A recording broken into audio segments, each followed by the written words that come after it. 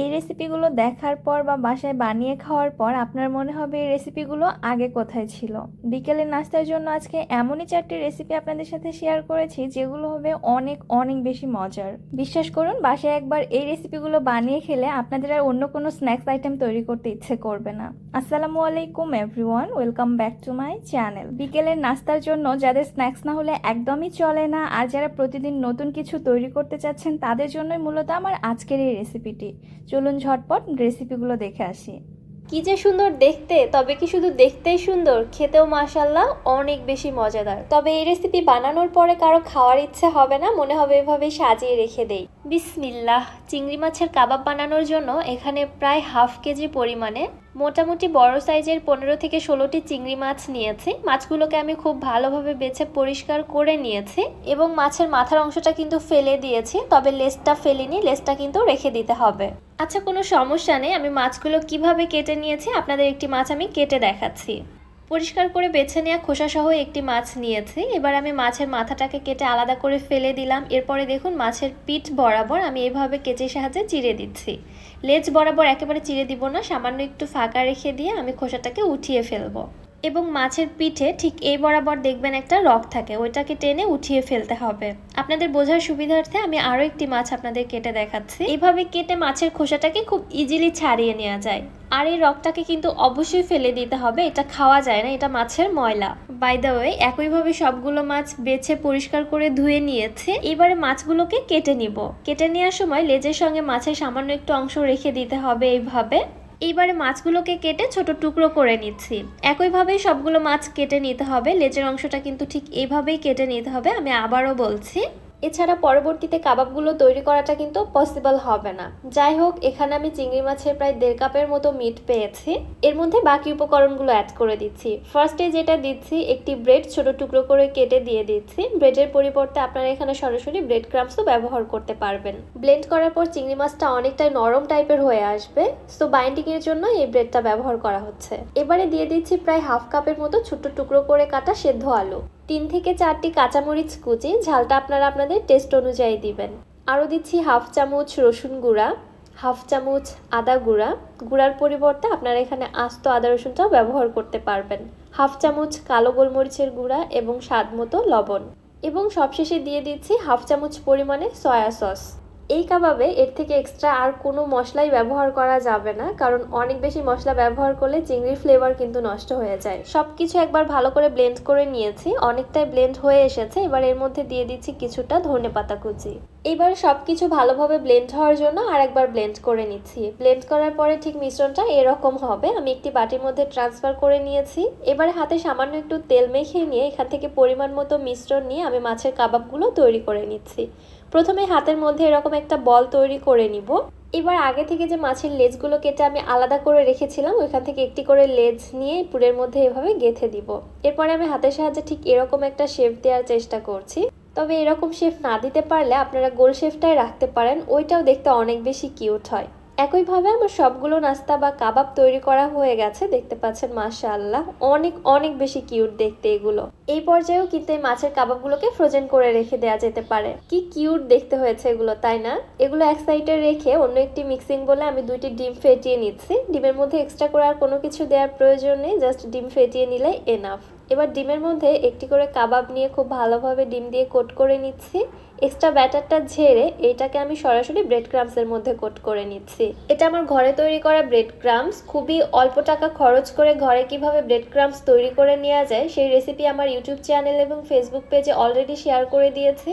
লিঙ্কটি ডেসক্রিপশন বক্সে দেওয়া থাকবে, আপনারা চাইলে দেখে নিতে পারেন। সেম পদ্ধতি সেম রেসিপি ফলো করে আমি অরেঞ্জ কালারের ব্রেড ক্রাম্বস দিয়েও কিছু কাবাব কোট করে নিয়েছি। মাশাআল্লাহ দেখতে পাচ্ছেন 2টি কালারের কম্বিনেশন, এগুলো দেখতে অনেক বেশি সুন্দর হয়েছে। আপনারা যদি কাবাবগুলো সংরক্ষণ করে রেখে দিতে চান, ঠিক এই পর্যায়ে কাবাবগুলো একটি এয়ারটাইট বক্সে রেখে ঢাকনা দিয়ে ডিপ ফ্রিজে সংরক্ষণ করে রেখে দিতে পারবেন 1 থেকে 2 মাস পর্যন্ত।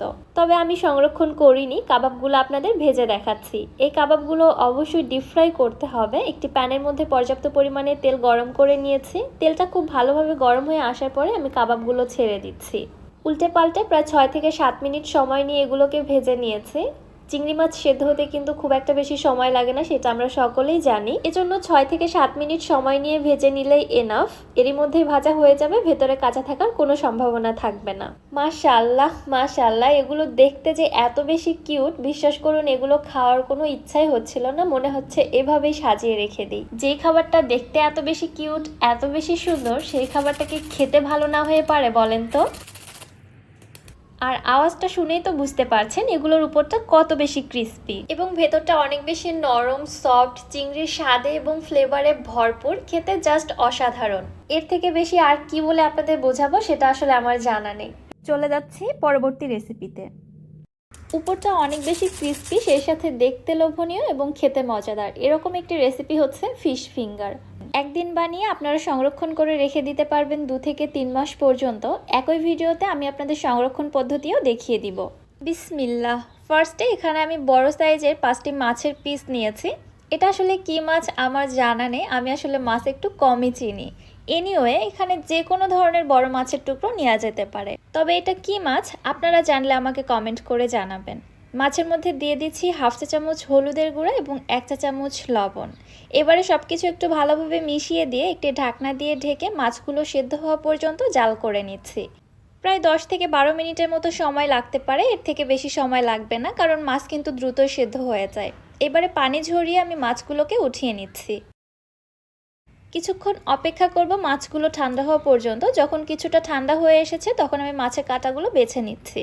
একটু ভালোভাবে বেছে নিতে হবে, এর মধ্যে যেন মাছের কোনো বড় কাঁটা না থেকে থাকে। আর হ্যাঁ, অবশ্যই চেষ্টা করবেন যে মাছের কাঁটা কম থাকে সেই ধরনের মাছ নেওয়ার জন্য। আমি খুবই সাবধানে মাছগুলোকে বেছে নিচ্ছি। সবগুলো মাছ বেছে নেওয়ার পরে এগুলোকে আলতো হাতে একটু মথে নিচ্ছি, মাছের যেন বড় কোনো টুকরো না থাকে, একদম ঝুরঝুরে করে নিতে হবে। ঠিক এরকমটা হবে, দেখতে পাচ্ছেন। এবার আমি মাছগুলোকে এক সাইডে রেখে চলে যাচ্ছি চুলাতে। একটি প্যানে নিয়ে নিচ্ছি 3 থেকে 4 টেবিল চামচ পরিমাণ তেল, সাথে দিয়ে দিচ্ছি 1/2 কাপ পেঁয়াজ কুচি। পেঁয়াজটাকে আমি মিহি চপ করে নিয়েছি। নেড়ে চেড়ে ভেজে নিচ্ছি পেঁয়াজের কালারটা কিছুটা চেঞ্জ হয়ে আসা পর্যন্ত। এবারে দিয়ে দিচ্ছি 2 টেবিল চামচ কাঁচামরিচ কুচি। মরিচটাকেও আমি একদম মিহি চপ করে নিয়েছি। আর হ্যাঁ, কাঁচামরিচটা আপনারা আপনাদের টেস্ট অনুযায়ী দিবেন, যে যেমন ঝাল খেতে পছন্দ করেন। সব কিছু আবারও কিছুক্ষণ ভেজে নিচ্ছি। এরপর দিয়ে দিচ্ছি 1/2 চামচ আদা বাটা এবং 1/2 চামচ রসুন বাটা। আবারও নেড়ে চেড়ে সব কিছু ভালোভাবে মিশিয়ে নিয়ে কিছুক্ষণ ভেজে নিচ্ছি, আদা এবং রসুনের কাঁচা স্মেলটা চলে যাওয়া পর্যন্ত।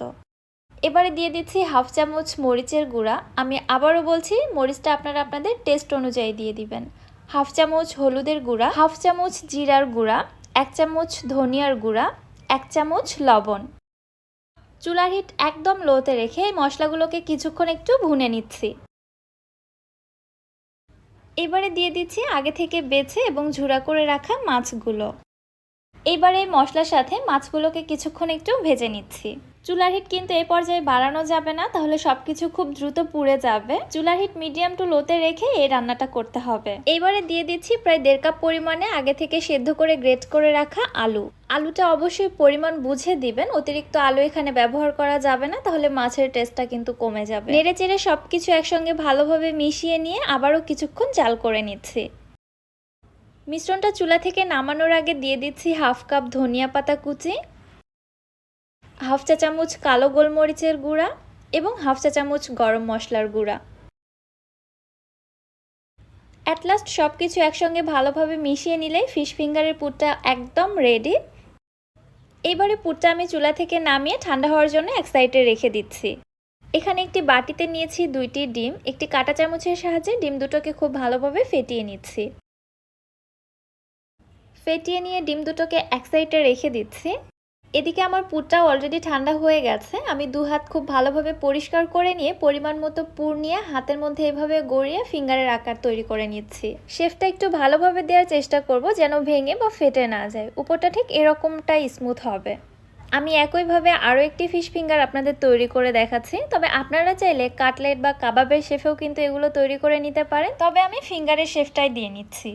সবগুলো কাটলেট তৈরি করা হয়ে গেছে, মাশাআল্লাহ একই সাইজেই তৈরি করে নিয়েছি। এবার এখান থেকে একটি করে কাটলেট নিয়ে ফেটানো ডিমের মধ্যে দিয়ে উল্টে পাল্টে ভালোভাবে কোট করে নিচ্ছি। এবারে ডিমের এক্সট্রা ব্যাটারটা ঝেড়ে কাটলেটটাকে আমি সরাসরি ব্রেড ক্রাম্বসে কোট করে নিচ্ছি। আপনারা চাইলে এইভাবে কাটলেটগুলোকে ডাবল কোটিং বা ট্রিপল কোটিংও করে নিতে পারেন, তাহলে উপরটা অনেক বেশি ক্রিস্পি হবে। তবে আমি অতটা কোটিং দিচ্ছি না, একটা করে কোটিংই তৈরি করে নিচ্ছি। সবগুলো একইভাবে কোট করে নেওয়ার পরে এবার আপনাদের দেখাচ্ছি এগুলো কিভাবে সংরক্ষণ করতে হবে। কিছুটা কাটলেট আমি একটি স্টিলের ট্রেতে এইভাবে ছড়িয়ে রেখে ডিপ ফ্রিজে রেখে দিচ্ছি 2 ঘন্টার জন্য। 2 ঘন্টা পর ফ্রিজ থেকে বের করে এগুলোকে আমি ফ্রোজেন করে রাখছি। একটি এয়ারটাইট বক্সে এভাবে সাজিয়ে রেখে মুখটা বন্ধ করে 2 থেকে 3 মাস পর্যন্ত ডিপ ফ্রিজে সংরক্ষণ করে রাখা যাবে। এদিকে বাকি ফিশ ফিঙ্গারগুলো আমি ভেজে নিচ্ছি। একটি প্যানে পর্যাপ্ত পরিমাণে তেল গরম করে ফিশ ফিঙ্গারগুলো দিয়ে উল্টে পাল্টে উপরটা ক্রিস্পি হওয়া পর্যন্ত এবং সুন্দর একটি কালার আসা পর্যন্ত ভেজে নিচ্ছি। এগুলো ভেজে নিতে খুব একটা সময় লাগে না, কারণ ভেতরের পুর অলরেডি আগে থেকে প্রিপেয়ার করা বা সেদ্ধ করা আছে। শুধু উপরে কালার আসা পর্যন্ত এবং ক্রিস্পি হওয়া পর্যন্ত ভেজে নিলেই এনাফ। কাটলেটগুলো ভাজার পরে দেখতে কত বেশি লোভনীয় হয়েছে দেখুন, আর এগুলো কত বেশি ক্রিস্পি হয়েছে, জাস্ট আওয়াজটা শুনুন। রেসিপিটি আপনাদের কাছে কেমন লাগলো অবশ্যই আমাকে কমেন্ট করে জানাবেন। চলে যাচ্ছি তাহলে পরবর্তী রেসিপিতে। পটেটো ক্রসেন্ট খেয়েছেন কখনো? যারা এখনো পর্যন্ত এই রেসিপিটি ট্রাই করেননি, আজকের এই রেসিপিটি আপনাদের জন্যই। বিসমিল্লাহ। ফার্স্টে একটি মিক্সিং বলে নিচ্ছি 2 কাপ ময়দা। ময়দার পরিবর্তে আটা দিয়েও এই নাস্তাটা তৈরি করা যাবে। দিয়ে দিচ্ছি 1/2 চা চামচ লবণ এবং 2 টেবিল চামচ সয়াবিন তেল। এবারে তেল এবং ময়দাটা খুব ভালোভাবে হাত দিয়ে ময়ান করে নিচ্ছি। এমনভাবে মেখে নিতে হবে তেলটা যেন পুরো ময়দার সঙ্গে খুব ভালোভাবে মিশে যায়। প্রায় 2 থেকে 3 মিনিট ভালোভাবে মিশিয়ে নেওয়ার পরে কিছু ময়দা হাতের মধ্যে এমন মুঠোবন্দি করলে যদি দেখেন মুঠো বেঁধে আসছে এবং ভেঙে দিলে ঝুরঝুর করে ভেঙে যাচ্ছে, তাহলে বুঝতে হবে ভালোভাবে মেশানো হয়ে গেছে। এবারে নর্মাল তাপমাত্রায় পানি দিয়ে আমি একটি ডো তৈরি করে নিচ্ছি। পানিটা একবারে দিব না, প্রায় কয়েক ধাপে ধাপে অল্প অল্প করে অ্যাড করে দিয়ে ডোটা তৈরি করে নিচ্ছি। এতে করে পারফেক্ট একটি ডো তৈরি করা সম্ভব হয়। এছাড়া পানি একবারে ঢেলে দিলে ডোটা কিন্তু নরম হয়ে যেতে পারে। ডোটা খুব ভালোভাবে তৈরি করার পরে এই ডোটাকেও প্রায় 2 থেকে 3 মিনিট খুব ভালোভাবে মুথে একদম সফট করে নিয়েছি। আবারও ডোটিকে রেস্টে রেখে দিচ্ছি প্রায় 10 থেকে 15 মিনিটের জন্য। ততক্ষণে আমি আলুর পুরটা রেডি করে নিব। একটি ঢাকনা দিয়ে ঢেকে এক সাইডে রেখে দিচ্ছি। এদিকে আরেকটি মিক্সিং বলে নিয়েছি 3টি বড় সাইজের সেদ্ধ করা আলু। আলুটাকে খুব ভালোভাবে ছিলে ধুয়ে ছোট ছোট টুকরো করে সেদ্ধ করে নিয়েছি এবং এবার গরম থাকা অবস্থাতে একটি ম্যাশারের সাহায্যে আলুটাকে খুব ভালোভাবে ম্যাশ করে নিচ্ছি। লক্ষ্য রাখতে হবে আলুর মধ্যে যেন কোনো বড় বা গোটা অংশ না থাকে, একদম ম্যাশ করে নিতে চেষ্টা করবেন। এবারে দিচ্ছি 1/2 চা চামচ শুকনা মরিচের গুঁড়া, 2 থেকে 3টি কাঁচা মরিচ কুচি। ঝালটা আপনারা আপনাদের টেস্ট অনুযায়ী কমিয়ে বাড়িয়ে দিতে পারবেন। 1 চা চামচ দিচ্ছি চাট মশলা, 1/4 টিস্পুন দিচ্ছি হলুদের গুঁড়া। হলুদের গুঁড়াটা এখানে জাস্ট কালারের জন্য ব্যবহার করছি। 1/2 চা চামচ দিচ্ছি কালো গোলমরিচের গুঁড়া, 1/2 চা চামচ লবণ। লবণটা অবশ্যই স্বাদ বুঝে দিবেন। 4 টেবিল চামচ দিচ্ছি কর্নফ্লাওয়ার। এখানে অবশ্যই কর্নফ্লাওয়ারটা ব্যবহার করতে হবে, এটা বাইন্ডিংয়ের কাজ করবে। আর দিচ্ছি 1/2 চা চামচ ধনিয়া পাতা কুচি। এবারে হাত দিয়ে সব কিছু একসঙ্গে খুব ভালোভাবে মিশিয়ে নিচ্ছি। আচ্ছা, এখানে কর্নফ্লাওয়ারের পরিবর্তে আপনারা চালের গুঁড়া বা ময়দাটাও ব্যবহার করতে পারেন, তবে বাইন্ডিংয়ের জন্য অবশ্যই কিছু একটা ব্যবহার করতে হবে। এছাড়া বেসনও ব্যবহার করতে পারেন, তবে কর্নফ্লাওয়ার দিলে নাস্তাটা বেশি ক্রিস্পি হবে। বাকি উপকরণগুলো অ্যাড করলে নাস্তাটা কিন্তু খুব একটা বেশি ক্রিস্পি হবে না। আলুর মিশ্রণটা রেডি হয়ে গিয়েছে, এক সাইডে রেখে দিচ্ছি। এদিকে ময়দার ডোটাও রেস্ট হয়ে গিয়েছে, দেখতে পাচ্ছেন এটা আগের থেকে অনেকটাই সফট হয়ে এসেছে। আবারও এই ডোটিকে আমি কয়েক সেকেন্ডের জন্য একটু ভালোভাবে মুথে নিচ্ছি। খুব একটা বেশি মুথে নেওয়ার প্রয়োজন নেই, জাস্ট 30 থেকে 40 সেকেন্ডের মতো মুথে নিলে এনাফ। এবারে এই ডোটি থেকে আমি লেচি কেটে নিচ্ছি। ঠিক পরোটা তৈরি করার জন্য আমরা যে মাপে লেচি কেটে থাকি ওই মাপেই লেচি কেটে নিচ্ছি। আপনারা চাইলে আরও মোটা করেও লেচি কেটে নিতে পারেন, তাহলে নাস্তার পুরুত্বটা মোটা হবে। সামান্য একটু ময়দা দিয়ে এবার এই লেচিটা থেকে আমি একটু রুটি বেলে নিচ্ছি। আমি এই রুটিটা একটু পাতলা করে বেলে নিব, খুব বেশি মোটা করছি না। যত পাতলা করে বেলে নেওয়া যাবে নাস্তাটা কিন্তু তত বেশি ক্রিস্পি হবে। দেখতে পাচ্ছেন বেশ বড় এবং ঠিক এরকম পুরুত্বে একটি রুটি বেলে নিয়েছি। এবার এই রুটি থেকে আমি নাস্তা তৈরি করে নিব। তার জন্য ফার্স্ট টাইম রুটির মাঝ বরাবর একটি গোল বাটি বসিয়ে দিলাম। এবারে বাটির চারপাশ থেকে ওই যে আগে থেকে তৈরি করে রাখা আলুর পুরটা খুব ভালোভাবে স্প্রেড করে নিচ্ছি। আলুর পুরটা খুব বেশি মোটা করে দেওয়া যাবে না, পাতলা করেই দেওয়ার চেষ্টা করতে হবে। এইবারে মাছ বরাবর যে বাটিটা রেখেছিলাম বাটিটাকে উঠিয়ে নিচ্ছি। এবার একটি নাইফের সাহায্যে এই রুটিটাকে আড়াআড়ি করে টোটাল 16টা স্লাইসে কেটে নিচ্ছি। আপনারা স্ক্রিনে একটু ভালো করে লক্ষ্য করুন, তাহলেই বুঝতে পারবেন। আর আপনারা যদি চান নাস্তাগুলোকে আরও বেশি বড় করে তৈরি করবেন, তাহলে টোটালে 8 ভাগে কেটে নিতে পারেন। এবারে নাস্তাগুলোকে আমি ঠিক এইভাবে তৈরি করছি। দেখুন, কেটে নেওয়া প্রত্যেকটি স্লাইস এক সাইড থেকে ধরে ঠিক এইভাবে ফোল্ড করে নিয়ে আসছি। এতে করে নাস্তাটা খুবই সুন্দর একটা ডিজাইন তৈরি হচ্ছে। ভিডিওর প্রথমে দেখে আপনাদের হয়তো মনে হয়েছে এই নাস্তাটা তৈরি করা খুবই কঠিন। আসলে এরকম কিছু না, দেখতেই পাচ্ছেন তৈরি করা কত বেশি ইজি। এবারে চলে যাচ্ছি চুলাতে নাস্তাগুলো ভেজে নেওয়ার জন্য। চুলায় একটি প্যানের মধ্যে পর্যাপ্ত পরিমাণে তেল দিয়েছি। তেলটা খুব ভালোভাবে গরম না হওয়ার আগে আমি নাস্তাগুলোকে ছেড়ে দিচ্ছি। অতিরিক্ত গরম তেলের মধ্যে নাস্তাগুলো ছেড়ে দিলে নাস্তার গাগুলো একদম ফোসকা ফোসকা হয়ে যাবে। এজন্য আমি একদম কম গরম তেলের মধ্যেই ছেড়ে দিয়েছি। আমি চাচ্ছি নাস্তার স্কিনটা একদম সফট থাকুক। চুলার হিট মিডিয়ামে রেখে উল্টে পাল্টে সময় নিয়ে নাস্তাগুলোকে ভেজে নিয়েছি। যখন ঠিক এরকম একটি কালার চলে আসছে, ওই পর্যায়ে আমি তেল ছড়িয়ে উঠিয়ে নিচ্ছি। মাশাআল্লাহ, কত সুন্দর লাগছে দেখতে, তাই না? এই নাস্তাগুলো দেখতে হুবহু ক্রসেন্টের মতো, এজন্য আমি এর নাম দিয়েছি পটেটো ক্রসেন্ট। নাস্তাগুলো দেখতে এবং নামেও যেমন সুন্দর, খেতেও কিন্তু ঠিক তত বেশি মজা। আপনারা অবশ্যই বাসায় ট্রাই করবেন। আমি আশা করছি আপনাদের কাছে অনেক বেশি ভালো লাগবে। প্রতিদিন একই ধরনের নাস্তা না তৈরি করে এভাবে ইউনিক কিছু ট্রাই করতে পারেন। বাসার সবাই যেমন খুশি হবে আপনার নাস্তা খেয়ে, আপনিও তেমন অনেক বেশি স্যাটিসফাইড হবেন। চলে যাচ্ছি আমার সর্বশেষ রেসিপিতে। এত সহজেই যে ঘরে চিকেন ফ্রাই তৈরি করা যায় আপনারা ভাবতেই পারবেন না। আমার এই রেসিপিটি দেখার পর আমার মনে হয় বাহির থেকে আপনারা চিকেন ফ্রাই কিনে খাবেন না। বিসমিল্লাহ।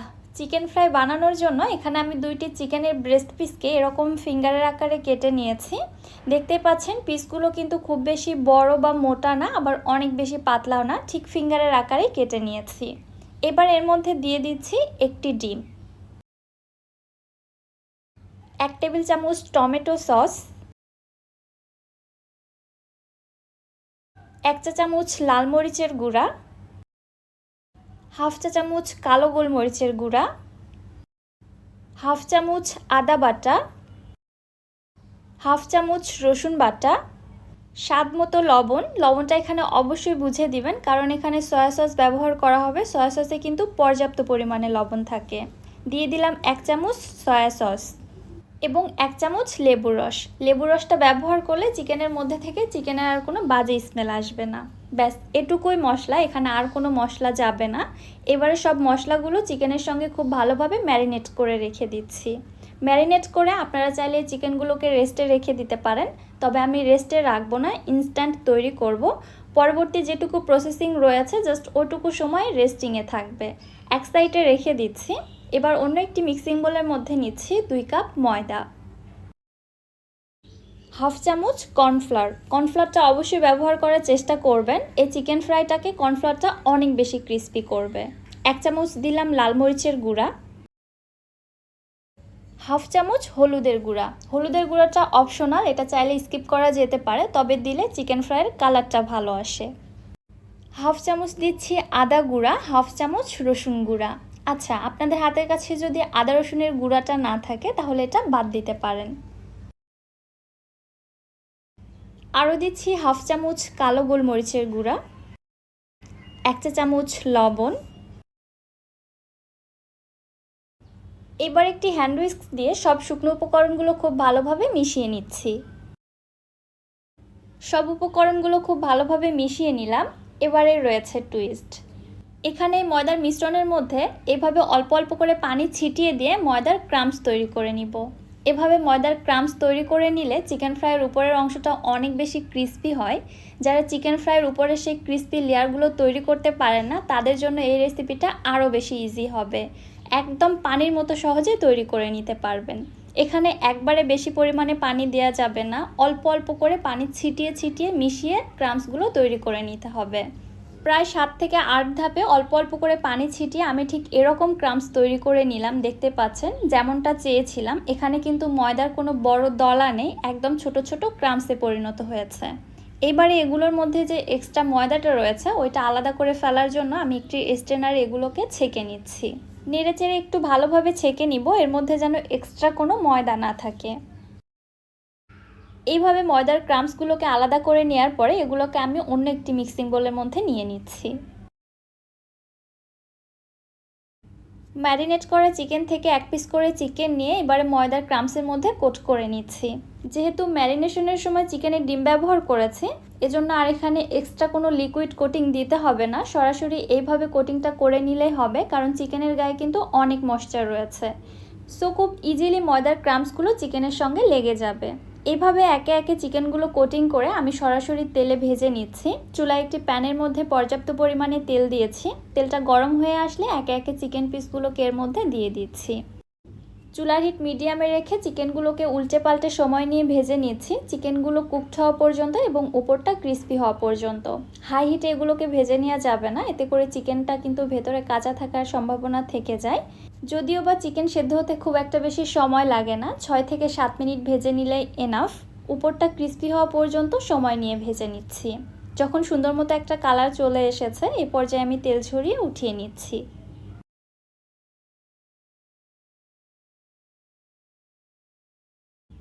মাশাআল্লাহ, দেখতেই পাচ্ছেন চিকেন ফ্রাইগুলো কত বেশি লোভনীয় হয়েছে।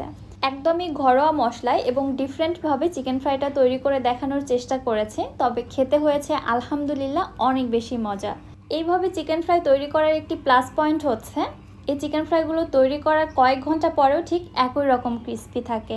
আমি আগের দিনে রাত্রে বানিয়েছিলাম, পরের দিনে সকালে খেয়েছি, ঠিক একই রকম ক্রিস্পি ছিল। কেএফসি বিএফসিতে চিকেন ফ্রাই যে লেয়ারগুলো তৈরি করা হয়, ওই লেয়ারগুলো যারা ক্রিয়েট করতে পারেন না, তারা এই টেকনিকটা ফলো করতে পারেন, আপনাদের কাজ 10 গুণ সহজ হয়ে যাবে।